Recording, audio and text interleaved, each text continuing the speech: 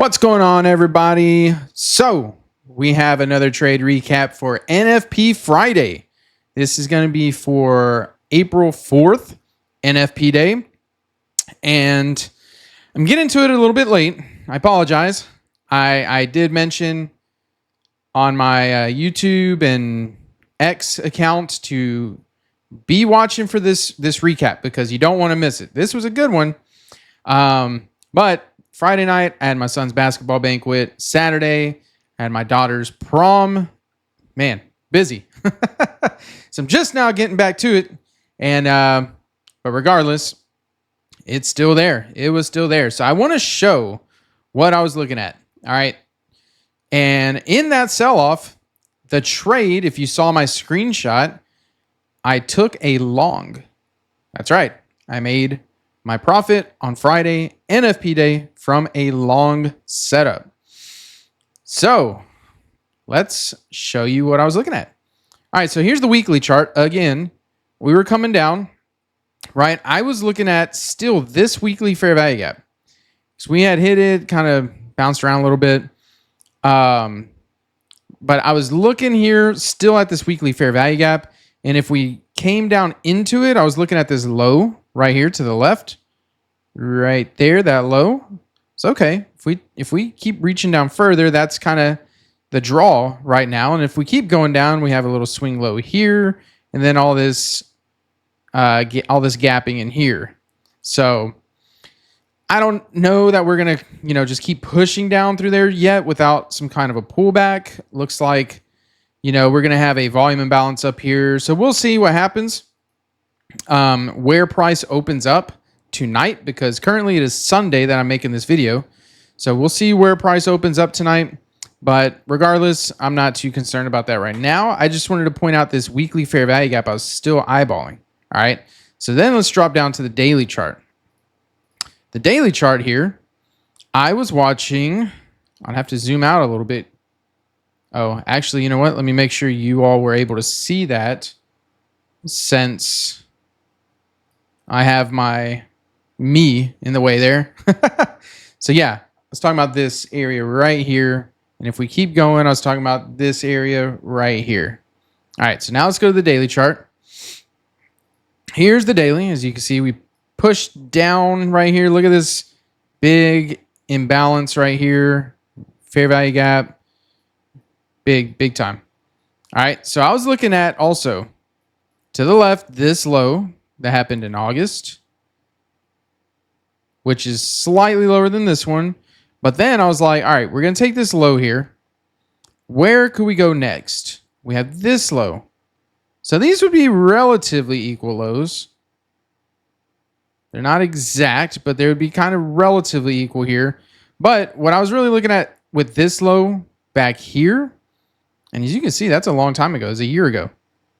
Was right in here, you had this daily fair value gap. Right there. So let me highlight that, because that's where I was looking at. If we kept coming down and went into this weekly fair value gap, I was expecting my draw to go to this low right here and potentially this daily fair value gap.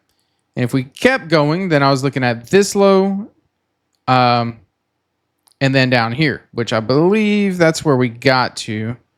Let's see. Let me mark this one right here, and then this low.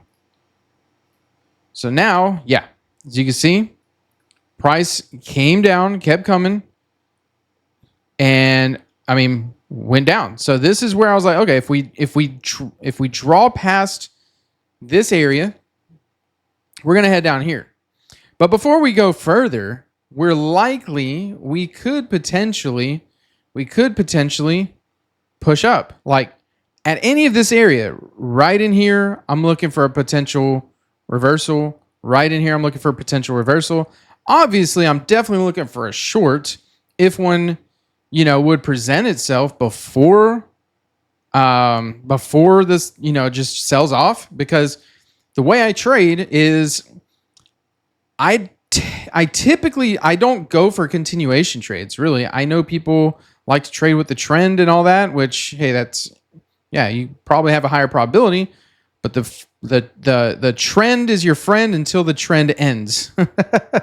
So if you know where that trend could potentially end, that's where you can look for a reversal. All right. So anyways, I wanted to just highlight those. And from there, let's see, we were back here in this area, right? So we had this drop off at the 6 a.m. time. This is the 1 hour chart. All right. So I was already looking like, okay, we have this 1 hour fair value gap right here. We could potentially, and you see 7 a.m., we already did draw down into here. So I'm like, all right, we're either going to come back here and engineer some sell side liquidity and push up because you see this 10 a.m., or we're going to just keep coming down. So right here, between around the 9 a.m. area, I'm like, all right, we did draw up into this 1 hour fair value gap like pretty well. Like we don't really need to go to the midpoint. We could. We really don't need to. So I got to be careful because if between 9 and 10 a.m., we could come down and just keep going, right? Like I need to see what we're going to do here at this low. But we came up, kind of almost came back to this 1 hour and came back down, obviously. But that's kind of what I was looking at. So at the moment, here, let's go ahead and get rid of these. I'm going to leave those down there. But for the moment, before my trading session, I was already looking at this swing right here as my sell side liquidity. And then I wanted to take note of this midpoint right here, which could be a rejection block, but not really sure at the time. But I want to just eyeball this and see what price does right here at the high, right here at the midpoint.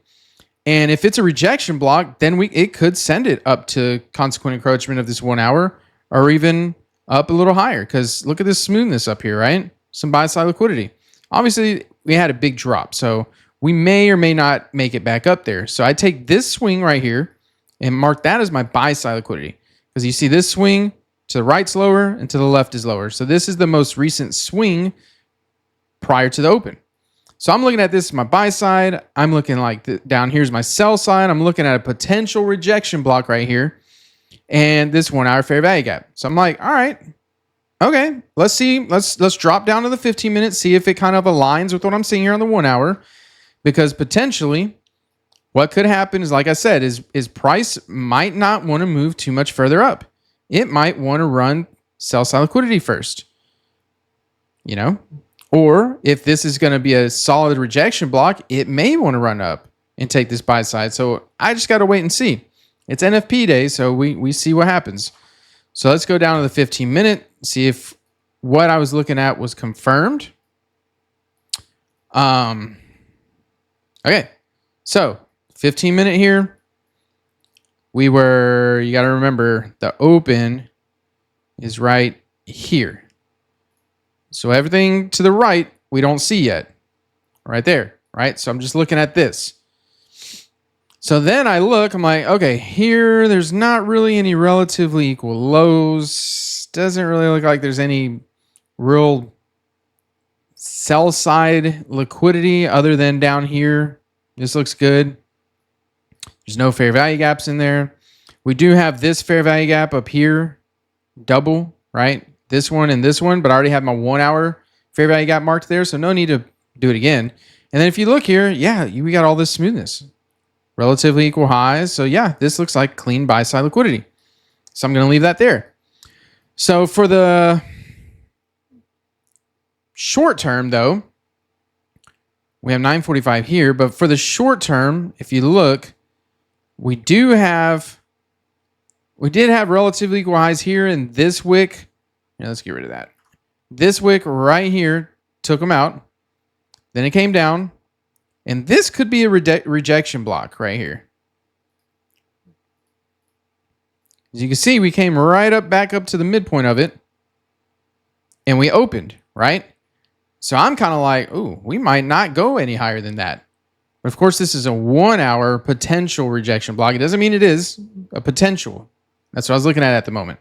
But on 15-minute here, I'm like, ooh, we came back up, respected this we might not go back up any higher, right? And for the moment, this would be a minor buy side liquidity up here. So I'm kind of like, well, okay, we might just go down. We'll see. And then we had the 10 a.m. So we came up. All right, so that's pretty much all I have for the 15-minute here. So it's kind of, at the moment, like I said, I was waiting to see if we do need to go higher or if we're just going to go ahead and make a run on sell side liquidity and then go higher.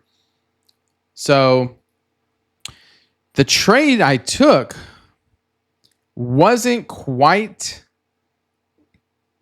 what I normally take. And let me explain why. So I had this framework, right? And I'm like, all right, so we're inside a potential 1 hour rejection block. We very well could trade right in this area and head up and take this minor buy side, or at least come up, keep coming up. We'll see, right? But then we had the daily fair value gap and that swing low down here as well. So I'm definitely aware of all of it. You just got to be very patient, all right?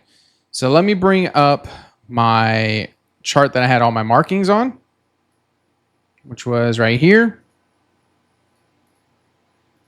And we'll go into this one real quick. So here's my 1 minute chart. Let me get rid of this.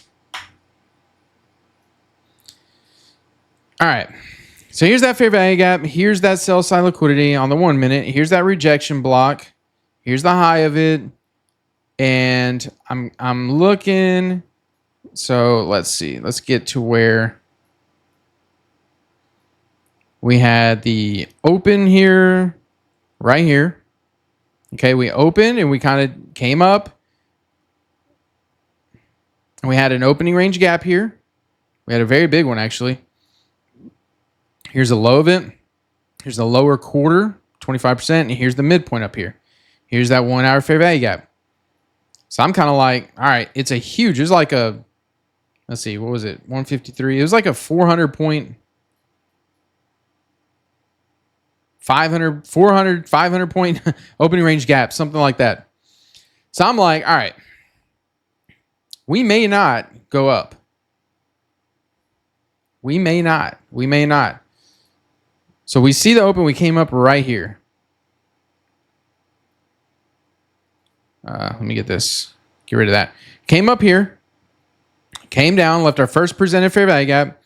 And if you were really bearish and you were expecting price to come all the way down, right here, the first presented fair value gap was a nice short. But when I noticed, you see this 5 minute, this was a big 5 minute inversion that we haven't hit yet. So I was like, okay, I was sitting on my hands for a minute because I had a lot of reason price would continue down. And I had some reasons why price could potentially go up. So I had to really wait. And I saw this 5 minute inversion. And I was like, well, you know what? We'll see what price does there. Because that's also inside that potential 1 hour rejection block. And if you look, this purple line right here, 1 hour rejection block. And then we had, hold on, let me get rid of this. And then we had the middle of it right here. Right here, this orange line. So in between there, I'm like, if it gives me a reason, because we had clear, like nice, clean buy side liquidity. I didn't quite think we are going to make it all the way up there, but I'm like, man, if we have a draw right here and if price reacts nicely off this 5 minute inversion, we're very likely to trade up at least to this first presented fair value gap. This wick high, or this high right here, internal range liquidity. And potentially up here. So I was looking at. It's like, if I get a clean setup, I might just take that. So because we're in that rejection block, because we had this 5 minute inversion, we hit the inversion, and you can see right here. Look what it did. Like, respected it. Made one more little low, shot up, created this little fair value gap, had a little inversion, took this swing right here, which is my market structure shift, right? And then here's the opening range gap low, which we opened. We never made it too high. Like we never made it to the 25% or the 50, the 50% of the opening range gap. So I'm kind of like, man, it might go back up. So then when we got this displacement, took this swing, got this fair value gap, which was also a 2-minute fair value gap. I was like, all right, when we come back down in here, I'm going to long this. And low hanging fruit would be this first presented fair value gap. But I was trying to shoot for the bodies up here. So I was trying to shoot for. But then when I got in here, it came up. It kind of came back down. I was like, you know what? Let's just go ahead and bring it down a little bit. Instead of up here, I brought it down literally right on the other side of this first presented fair value gap. Shot up, got me there. Got my profit. Pulled back. Made a higher high. Did come up to here. And then you can see it just dropped. And it just dropped. And then it finally ran that sell side liquidity. So my actual entry, this was me just kind of reading what price could do. My actual entry that I normally take would have been right down here, over here. Because see, it never took buy side liquidity. Never took the minor buy side liquidity. So really what I normally do is I wait for it to take one buy side or sell side and then look for a reversal. So here, came down into that daily fair value gap. Here's that sell side. Let me get rid of this because it's not really. Okay. So I would have waited for this. Then as you can see, we came back up, pulled down right here. We took these swings right here.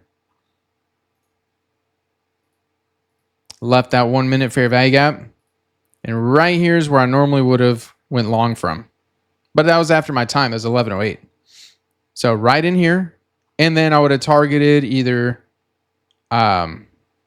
this one or most likely this high right here. Would have targeted. So hit here, hit this high. And that's what I normally, my normal trade setup looks like. So, but also, what I was looking at too is if I measure this high and measure this low that we made, this little dealing range right here, when we did come back up, here was equilibrium right here. See that? The middle of it there? So we came back up, and of this dealing range, right here was my entry in the discount of this dealing range, right? So I took it, and then I took it to the first, which was here, first imbalance on the other side of equilibrium. So that's what I was looking at too. But I had to be very sure that it wasn't just because of this inversion, this 5-minute inversion. It's because how price reacted here, but then also this move right here, all the way up with the displacement and taking this swing. That's what I was looking for. If it hit this inversion and it just barely kind of made its way up, I wouldn't have taken it. Even if it would have left a little fair value gap, taking the swing, I wouldn't have taken it. But because we went up with, nice displacement, we just ran up. If you look from this low, 8,005 up to here, 174. That's 170 points. So, yep. So now let's play the video real quick. So I get to the point. Here's the point. I just fast forwarded to where we had hit that 5-minute inversion. Okay, and I'm just kind of watching. I'm like, yep. You can see the time on the bottom right, 9:44 a.m. So you can see. Let's fast forward it. Now I'm watching. See, I'm watching here, and I'm like, okay, here's my swing. I'm like, man, this thing is taking off. We got a little fair value gap. That's going to be a little inversion right there. But I reduced my contract sizing on this trade to half because I'm already looking like, yeah, I'm going to need like a 50-point stop. If I need to stop that big, I have to reduce my contract sizing. But also on the flip side, if I have a stop that big, I have to be able to profit 50 or more points as well. I need a minimum of a 1-to-1. I prefer a 1.5 to 1 at a minimum. So I'm like, all right, I need at least 75 points on this. If I'm risking 50 points, I want to make at least 75. I'll settle for 50, a 1-to-1, but I really want to make 75. In this case, on this trade, I made 83. So good. It was great. So as you can see, it was going up. And I actually thought at this point it might run away. So I was like, man, if it don't come back sooner than later, I'm just going to wait for a short. So let's fast forward here. Now here we go. We came down in. Boom. Hopped in. I was looking at this as an order block. I didn't mention it because we pulled up here and we ran down here to this 5-minute inversion. And then we displaced up there. So I'm looking at this whole 1, 2, 3 down candles here as a potential order block. So I did like that as an added confirmation as well. If you look, it could be a bit of a breaker, but not really. So I was like, yeah, we have that. Price really shouldn't come back below this in 1 minute fair value gap here. We had this little inversion, this 1 minute fair value gap, this potential order block at the time. I really didn't want to see price trade back below this orange line, the middle of this potential order block. So I did have my stop down here, but I was like, if price trades below this, I'll probably close it because then I'll just be wrong. So you can see I'm in. It's about 39 ticks in the heat there. Oh, actually, I was wrong. I didn't bring it down here. I did just leave it below the middle of that potential order block. Gave it a little room in case if it wicks. But I really didn't get into too much heat on this. I was initially there, 39 ticks. But there's my P&L with my Apex accounts. By the way, always use code WIN for the best discount if you want to support me and my channel. Obviously, use whatever is best for you or whatever prop firm is best for you. So now I'm up 220 ticks on this. And I'm kind of like, all right, real quick, let me pause. The other day when I took a loss, was it Wednesday? The day that I took a loss, I think it was Wednesday. Well, remember what happens. There's a certain point when you're in your trade, you want to see it displace and go. And if it fails to displace, then you could be wrong, right? And I do want to, I still debate on cutting my trades if it fails to displace, but I do want to be aware, right? So here I'm looking at it like, all right, I don't want it to spend too much time here. Like, yeah, I can have a little back and forth, but I really need it to displace. Because if it doesn't, look, I'm watching where the bodies are closing. Look where the bodies are closing at the low of the opening range gap. And I'm looking at that like, ooh, it could pull down. But at the same time, it could pull down in this area and still go. So I'm aware of that. And I don't want to, even though I'm up pretty big right here, I don't want to move my stop to break even because it very well could trade back down into this area before going up. So I'm like, I just got to bite the bullet on it and, hopefully it does go.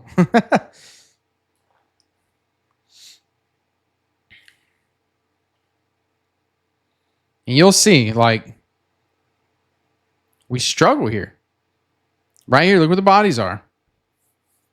And I know we have the low of the opening range gap there. So I'm kind of like, man.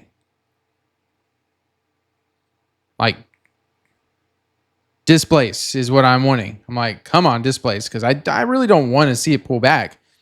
200 ticks. Let's fast forward it a little bit. Okay, as you can see, it did pull back quite a bit, right? I was up 200 ticks at one point, and now look, it's pulling back.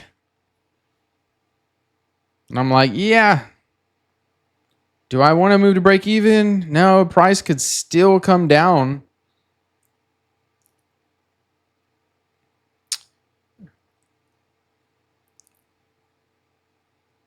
So now, since we did pull back here, I'm looking at like, all right, I really want to see some displacement through this area. If we fail to displace in this area, I might close the trade. Ah, the itch on my nose. And then you see, like, oh, I'm like, oh man, could be wrong. Because that's a lot I'm giving back. And see, because of that, I'm like, man, we'll probably get through here and go up here, but I think I do pull my target down just a little bit on the other side of this first presented fair value gap. I think. I don't remember. But now I'm like, all right, give me my displacement now. Here's the displacement I want to see.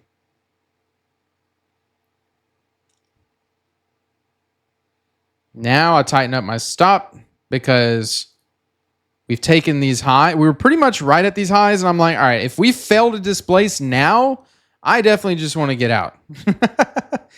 So then we take these highs. I'm like, all right, cool. Now it's going the way it should be going. You can see I'm up 271 ticks right there. I got my X button there, up 336 ticks. Got my ready to close in case if we get up here and we stall right at this first presented fair value gap and can't make it up there. And I think what I do is close it early. 357 ticks. I'm like, ugh, yeah, let me just close it. Let me just close it. I don't want price to stall there. Closed it, $11,264 on that trade across all the accounts. And at that point, I believe it does come down. So it was a good stoppage there. Good close of that. So there we have it. That was my NFP, my long trade in a bloody red day. So I would encourage everybody to be careful this upcoming week. If you're watching this before this week happens, because we have CPI on Wednesday or Thursday. Actually, it might be Thursday. But it's CPI this week, so be careful. Monday and Tuesday as well. There's some Fed speakers, and you have CPI. It might be, I think it's Wednesday. It might be a bit of a bad week, so I may not be trading very much. Maybe Monday if I get something, but I never trade the day before CPI, just so you know. And yeah, just be very, very careful this week, right? Lots of tariff talk, CPI week. It's going to get bumpy. So, all right, there we have it. And I will see you on the next trade recap. Make sure you like this and subscribe to my channel to continue getting trade recaps. I got a bunch of videos that I'm about to start popping out with other stuff as far as like discipline, money management, strategy, stuff like that. I'm working on my course for the how to trade futures. That's a free course. My courses are free. They're going to be free. But anyways, all right, I don't want to hold you up. Have a wonderful evening. Have a wonderful week. I'll see you next time. And as always, trade well, everybody. Take care.